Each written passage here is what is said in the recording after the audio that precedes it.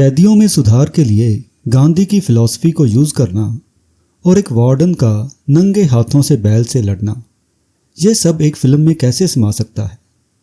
Unfilter talk पर rhythms of rhyme में आपका स्वागत है, जहां हम टाइमलेस क्लासिक्स और उनके कल्चरल इम्पैक्ट पर गहराई से चर्चा करते हैं।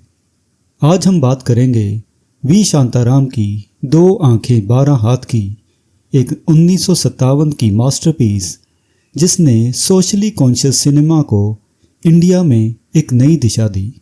अगर हम हिंदी सिनेमा के गोल्डन एरा में वापस जाएं, यानी कि 1950 के दौर में, तो यह वो दशक था जिसमें मदर इंडिया, प्यासा और नया दौर जैसी यादगार फिल्में दी। इन्हीं जानी मानी फिल्मों के बीच 2 आंखें और 12 हाथ भी आई, जिसने प्रिजन रिफॉर्म और कैदियों में सुधार जैसे मुद्दों पर खुलकर बात की। यह रेवोल्यूशनरी थी, ना सिर्फ अपने थीम में बल्कि इंडियन सिनेमा को ग्लोबल मैप पर स्थापित करने में भी। और क्या आप जानते हैं कि यह पहली इंडियन फिल्म थी जिसने गोल्डन ग्लोब और सिल्वर बियर के बर्लिन इंटरनेशनल फिल्म फेस्टिवल में पुरस्कार जीता था। लेकिन यह सिर्फ अवार्ड्स के बारे में नहीं थी। इस फिल्म ने ह्यूमन साइकोलॉजी, रिहैबिलिटेशन और कैदियों को दिए जाने वाले दूसरे मौके के ऊपर चर्चा को जन्म दिया। 2 आंखें 12 हाथ की कहानी आदिनाथ के नाम के एक आइडियलिस्टिक और कंपैशनेट जेल वार्डन के इर्द गिर्द घूमती है, जो एक साहसी एक्सपेरिमेंट करता है। वो 6 खूनियों को रिहैबिलिटेट करना चाहता है। वह उन्हें जेल की दीवारों से निकालकर एक वीरान खेत पर ले जाता है, जहां वे मिलकर उस जमीन को और खुद को ट्रांसफॉर्म करते हैं। कड़ी मेहनत और मॉरल गाइडेंस के जरिए आदिनाथ इन कैदियों को उनके मानवीय मूल्यों को फिर से खोजने में मदद करता है। हालांकि उसे अपने सीनियर से शक और एक करप्ट लोकल बिजनेसमैन से विरोध का सामना करना पड़ता है। 2 आंखें 12 हाथ केवल फिक्शन से प्रेरित नहीं थी। यह महाराष्ट्र में हुए एक real life open prison experiment पर आधारित थी। वह उजाड़ खेत एक प्रतीक है जो प्रिजनर्स की ट्रांसफॉर्मेशन को दर्शाता है। जैसे वो आदिनाथ की गाइडेंस के साथ जमीन को उपजाऊ बना देते हैं, वैसे ही क्राइम से कठोर हो चुके उनके दिल भी धीरे धीरे बदलने लगते हैं। आदिनाथ का उनके ऊपर प्रभाव पहली बार तब दिखता है जब जेल से बाहर निकलने के बाद वे चोरी से खाना ले आते हैं। लेकिन आदिनाथ के एक साधारण अनुरोध पर वे अपना मन बदल लेते हैं और चोरी का खाना फेंक देते हैं।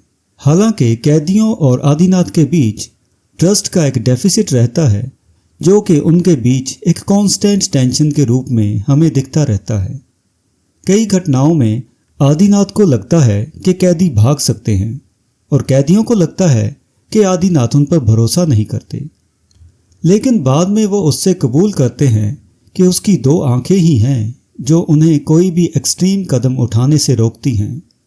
यहाँ तक कि जब कुछ गुंडे उन्हें बुरी तरह से मारते हैं तो भी वे विरोध नहीं करते, क्योंकि उन्होंने आदिनाथ से वादा किया था।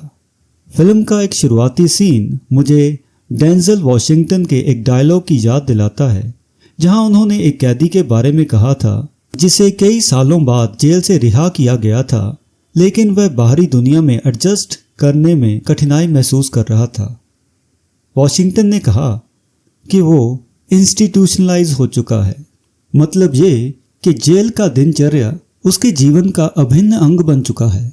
इस फिल्म में हम एक ऐसा ही दृश्य देखते हैं जब कैदी फार्म हाउस में सो नहीं पाते और आदिनाथ को सुबह पता चलता है कि उन्होंने अपने पैरों पर रस्सियां बांध रखी हैं।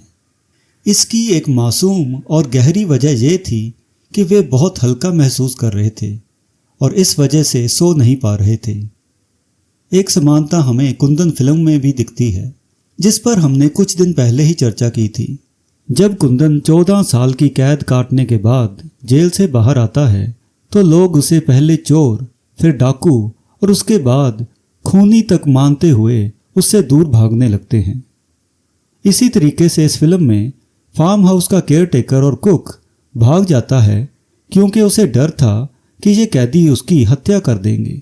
कैदियों के साथ आदिनाथ का हर दिन ए मालिक तेरे बंदे हम गीत के साथ शुरू होता है, जो कैदियों को शुरू में थोड़ा सा अजीब लगता है, लेकिन जब काम का बंटवारा होता है और आदित्यनाथ खुद को भी उनके साथ शामिल कर लेता है तो यह उनके लिए पहला सरप्राइज था।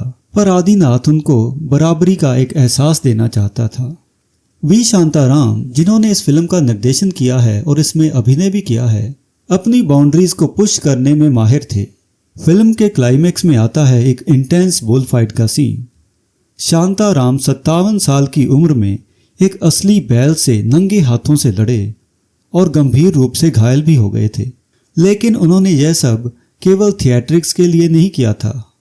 उनकी विजन गांधीयन आइडियल्स पर आधारित थी, नॉन वायलेंस, रिफॉर्म और यह विश्वास कि हर व्यक्ति को दूसरा मौका मिलना चाहिए। और यही इस फिल्म का जादू है। यह सिर्फ एक कहानी नहीं है, एक मॉरल लेसन है।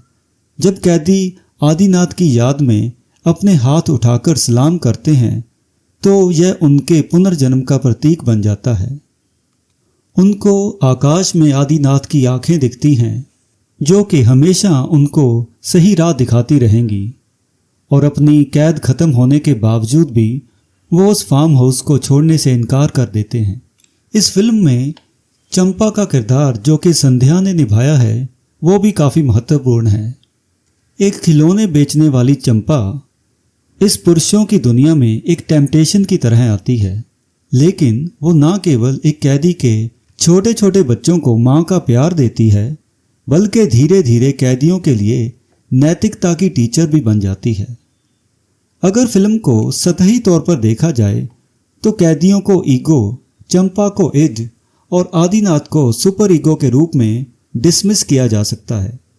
लेकिन अगर इन डायनामिक्स को करीब से एनालाइज करें तो यह हमें उनके संबंधों की अधिक नुएंस्ड अंडरस्टैंडिंग तक ले जाता है। खासकर क्लाइमेक्स में जब आदिनाथ की मौत के बाद चंपा अपनी चूड़ियों को तोड़ देती है। यह एक विजुअल हमें उनके रोल्स को पूरी तरह से नए दृष्टिकोण से देखने पर मजबूर कर देता है। और चलिए अब बात करते हैं इस फिल्म के म्यूजिक की।